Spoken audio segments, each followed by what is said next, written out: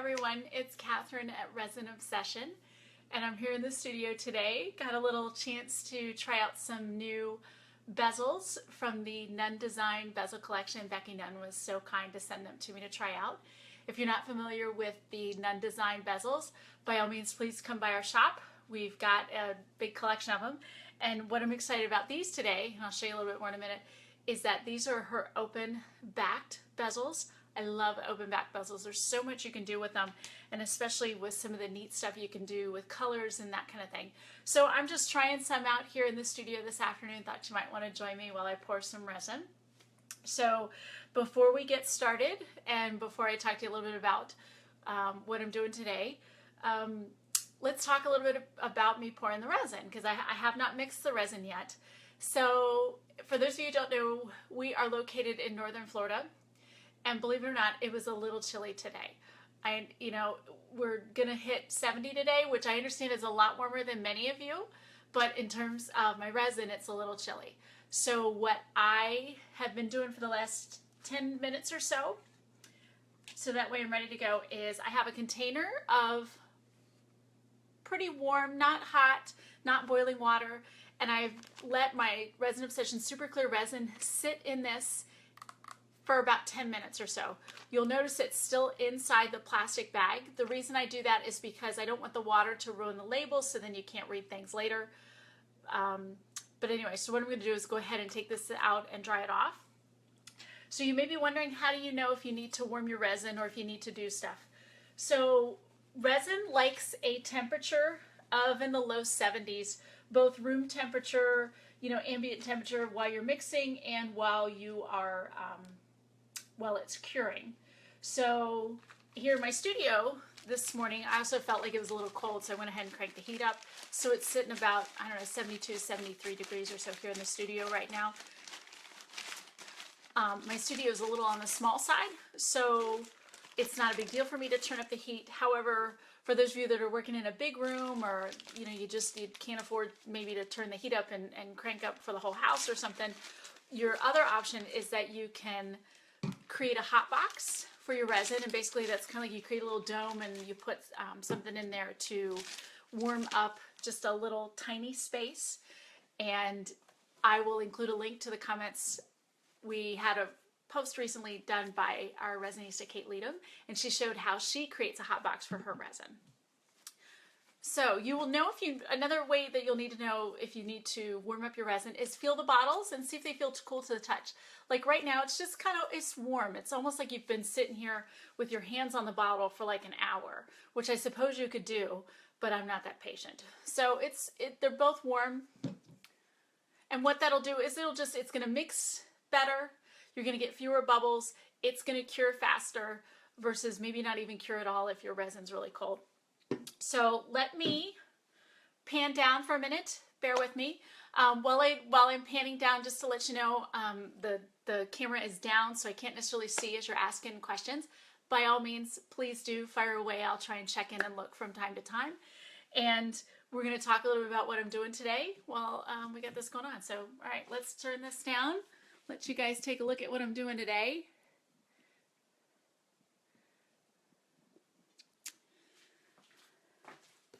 So here today I am trying out the new bezels from Becky Nunn at Nunn Design, and these are her new open backed bezels.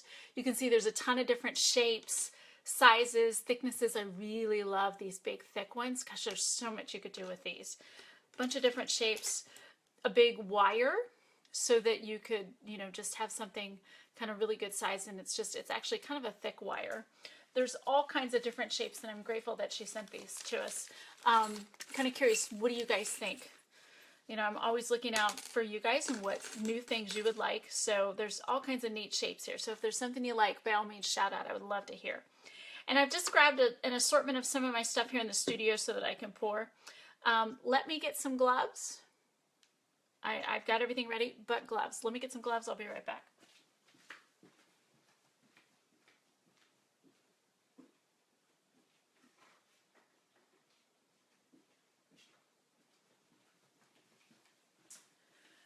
Gloves are very important when you're working with resin. I know some of you don't like to wear gloves or it's a little inconvenient. You really need to be wearing your gloves when you work with resin. It helps prevent problems with allergies and stuff later on, and it's a good habit to get into. So I've got my graduated mixing cups, and what I'm going to do is measure up 15 mLs total to mix of the part A and the part B. So the Resin Obsession Super Clear Resin mixes is 2 part A to 1 part B. So it'd be 10 cc's or 10 mLs of the part A resin, 5 mLs of the part B, and that's the minimum we recommend mixing. So I'm going to go ahead and measure and mix that. And while I'm doing this, where's everybody from? Say hey, shout out. I'm so glad you guys could take a minute to join me today. I know everyone's busy. We got a couple big holidays coming up and all that. So I would love to hear where everyone's from.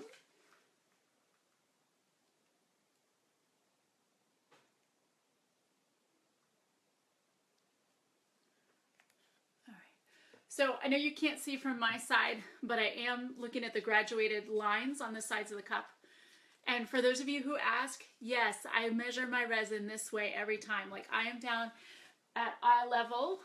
I am that fussy and that nutty about making sure that I've measured my resin correctly. I will tell you 75% of the time when I'm helping people with their resin problems, it's either from inaccurate mixing or incomplete mixing. So measuring and mixing, if you can get that right, that is 75% of your battle. So I'm going to pour my resin into my hardener, or sorry, the hardener into the resin. And then we're going to mix for a couple minutes.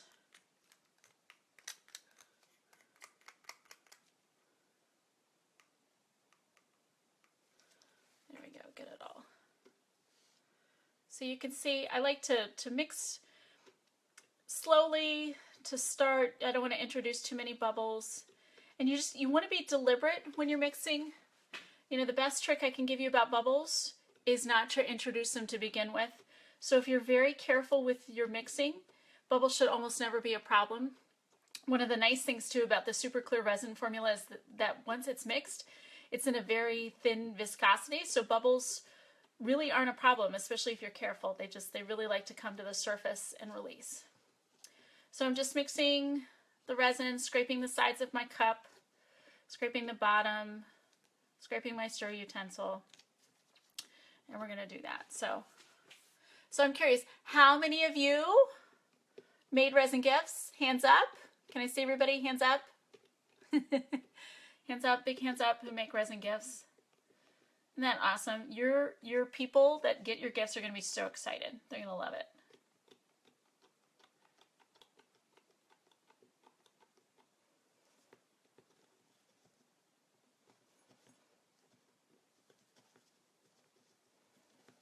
So I'm still just mixing. My general rule is to mix for 10% of the pot time. So for example, the Resin Obsession Super Clear Resin has a pot time of approximately 25 minutes. So I will mix for 2.5 minutes of the pot time. And that whole time I'm just scraping the sides of my cup, scraping the sides of my stir utensil while I'm mixing.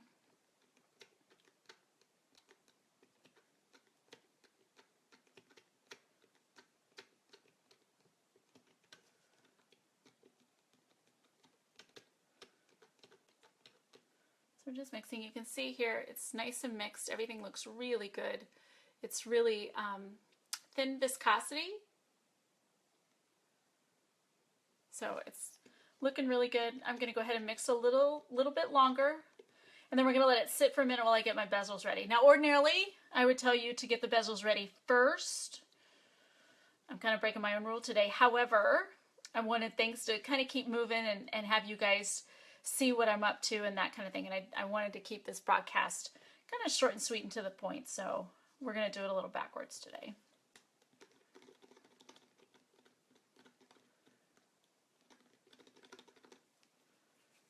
All right, so that looks good. So I'm going to set this to the side here for a minute.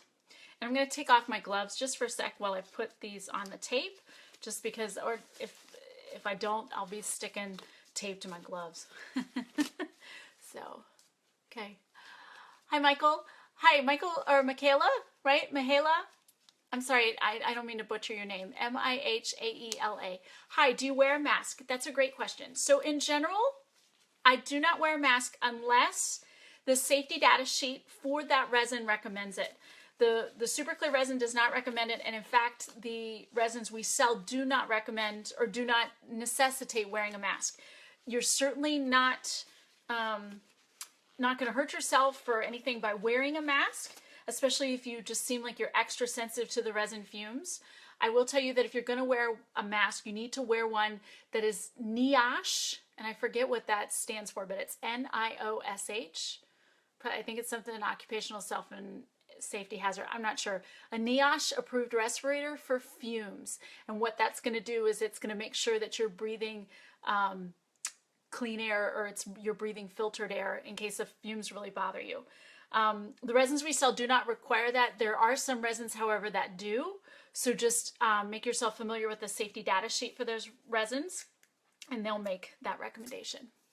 So what I've got here to put the bezels on is just some good quality masking tape.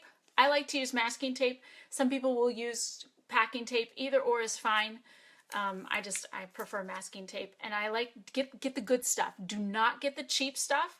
The cheap stuff doesn't really have enough glue to hold the bezels on there very well, so get the good stuff. So I've got a piece here, sticky side up, and we're just going to take and put some bezels on here, and you're going to press it firmly all the way around. So I've got the bezel on there, and you want to make sure and press it firmly because we don't want our resin leaking out from underneath the edge. You may not be able to tell either, but my surface is coated with contact paper. So if for some reason I don't get a good seal on my bezel and it does end up flowing out underneath, then I'm on this contact paper surface and I can rip up that whole surface and start over. Because otherwise you might cement your bezels to your countertop. So I'm going to get these on here, press them on really well.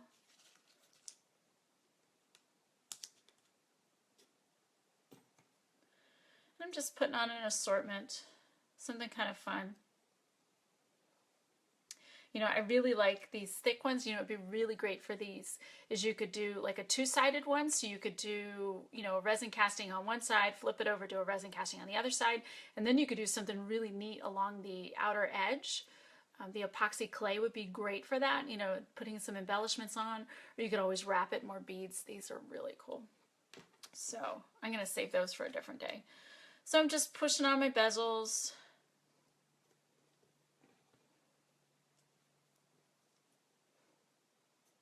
Making sure I get a really good seal here.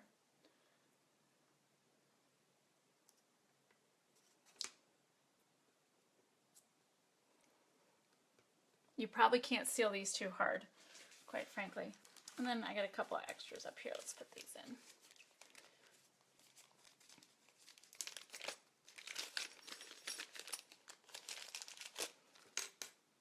Oh, we got one more. Let's fit one more in here. Okay, same thing. So we're just going to push them in there. Oh, hi, Mandy in New Zealand. Good to see you. So thank you for stopping by.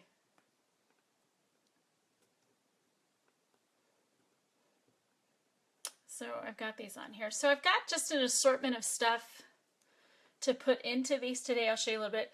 This is just some chunky glitter I got at one of those big box stores. My kids and I were decorating for Christmas and just had some left over. I've also got some images that I've had printed on the clear, like transparency type paper. It's that plastic paper. People have told me you can print these yourself on an inkjet printer. I don't have one, so what I did is took the images I wanted, printed on white copy paper, then took it to the copy store and they printed it on one of these for me. I've also got some of that clear kind of cellophane wrap. This is kind of like a pearlized kind of color. We can cut some of those.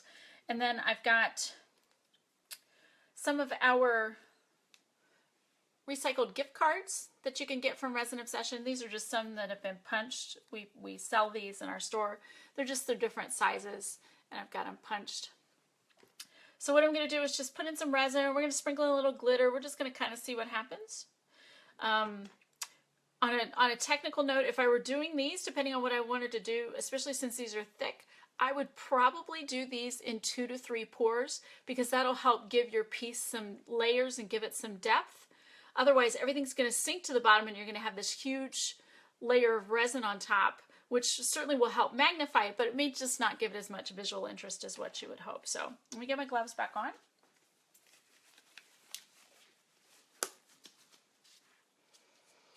And we'll just do some stuff.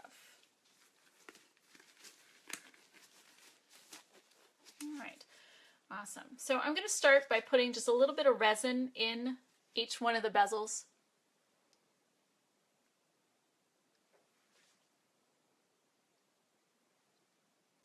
And you know what? Let me see if I can get over a little closer. Bear with me a minute. Let me see if I can get this camera a little closer so you guys can see a little better.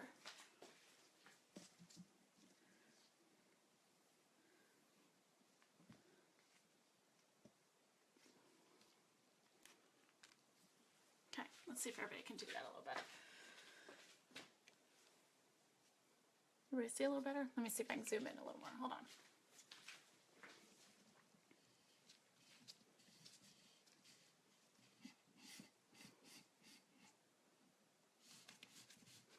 There we go. Maybe everybody can see a little better now. See what I'm doing. So I'm just going to drip a little resin in each of the bezels. And you just use it to spread it out. Use your stir utensil.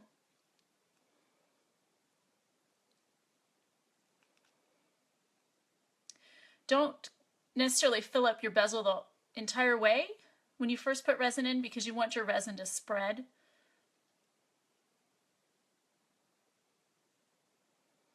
If you fill it up the entire way, there's a chance you might overflow. Not doing too bad this morning. I seem to be getting it all here in the bezel. Kind of laid off the coffee a little this morning.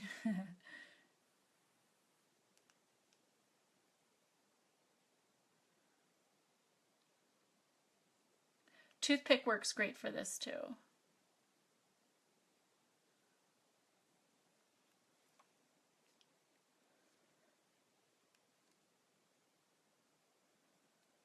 You just want to spread it out.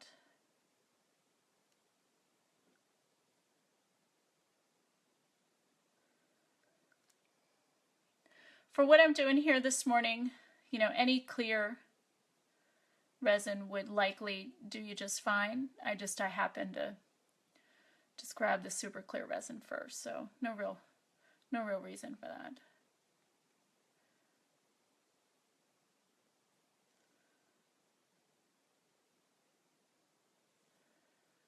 Okay, a little more here.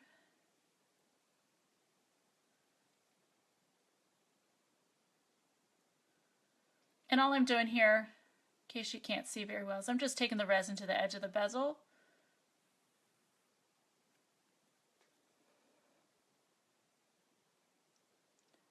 And usually once you just spread it over and it kind of breaks that surface tension, usually it'll spread out and even itself out. Okay, so we look good there. Don't see any leaking, which is also fantastic news. So what do you say we add in some stuff? Oh, hey, Becky, I'm so glad you could join us. Becky Nunn of Nunn Design is joining us, so I'm totally psyched for that. So let me see what I can do. Make Becky proud. So I'm just going to start with a little bit of glitter here on the outside. I'm going to take my gloves off for this too. I'm not touching the resin just because this glitter is a little on the sticky side. And as I saw one day on Pinterest, somebody talked about glitter being the herpes of the crafting world. You know, once you get it everywhere. I'm like, oh my God, that is so entirely true. And especially, okay, so funny story because my husband's not on here.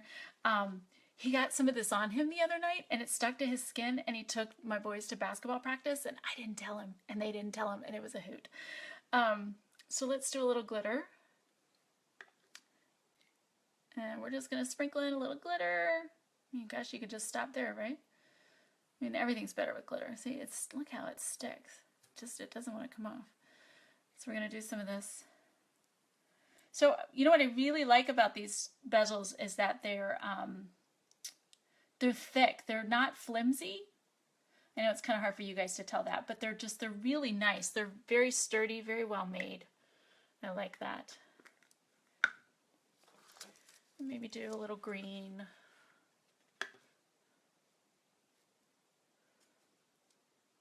Green behind it. This would be cool. These could make really nice Christmas pendants here in a day or two. So I'm just sprinkling it over. This is kind of big pieces of glitter. I'd say it's bigger than the head of a pin, in case you're wondering. Sprinkling some in. Okay, some kind of neat stuff. So, oh, perfect. Oh, and Becky, that's a great point. I'm glad you brought that up. Becky Nunn wanted me to mention as well that they're all made in the USA, which is totally perfect and good news. So I'm going to cut up maybe just a little bit of some of these hearts and see what we could put in there.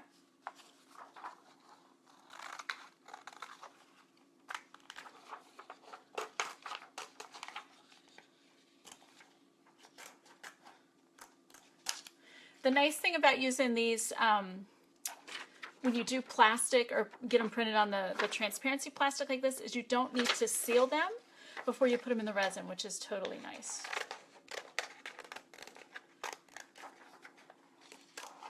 I'm going to do some of this.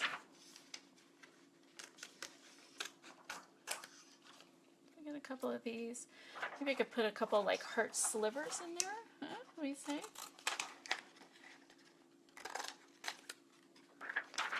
Some fun stuff.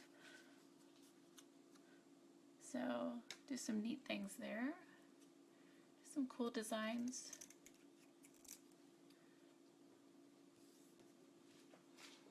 So this is how I like kind of playing with stuff, you know, kind of seeing what, you know, might not like, what you guys might like, and just kind of seeing how easy they are to work with.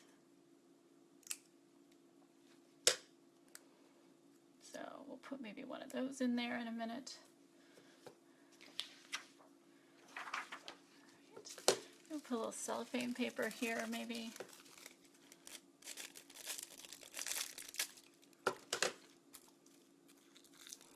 And do some fun stuff. Glitter's always good, right? I mean, you can't ever go wrong with glitter.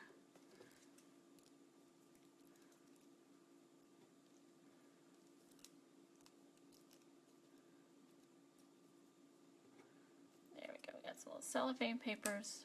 All right, so let me put, oh, actually I can, well, let's see if we can do this. I'm going to put a glove back on while I grab the stick that's had the resin. All right. So one of the things I like doing when I'm adding stuff to resin is I like putting it in the resin first before I put it into my bezel or my mold or whatever, because what that does is it helps to break the surface tension, so it makes it less likely that you're going to introduce bubbles. Of course, my heart is backwards. Well, let's see.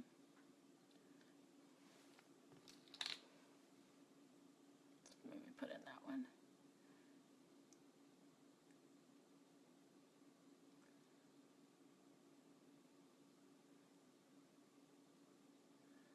There we go. So we're going to slide it down in there. And see, it's got some glitter behind it. We got a little glitter in front of it. It's kind of cool. And it's upside down, but kind of a little poor planning on my part. But anyway, you get the idea. All right, let's maybe add some of these little cello papers.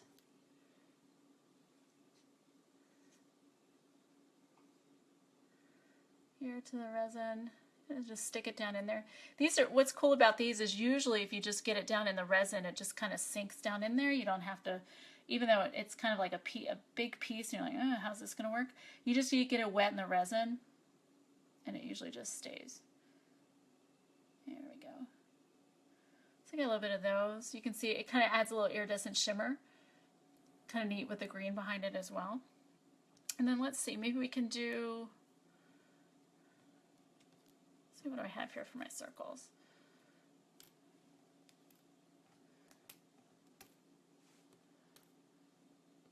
As it's sliding away from me.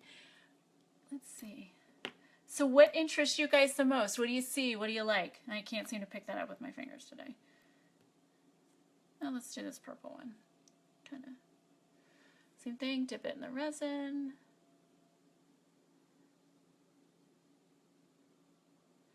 Anybody have a favorite so far?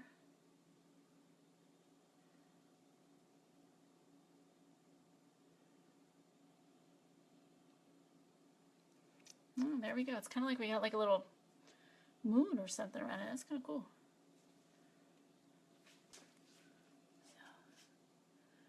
Anyway, so I'm going to put in, I guess, maybe a few more pieces. Like we got this piece here, maybe. No, wait, hold on. We got a little escapee here. Oh, no, he didn't escape. He's stuck to the tape. All right, well, let's see. Let me get some more in here. Drop you in there.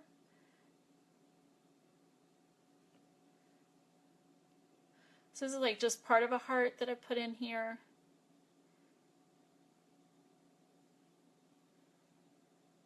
Let's see, don't want to come off.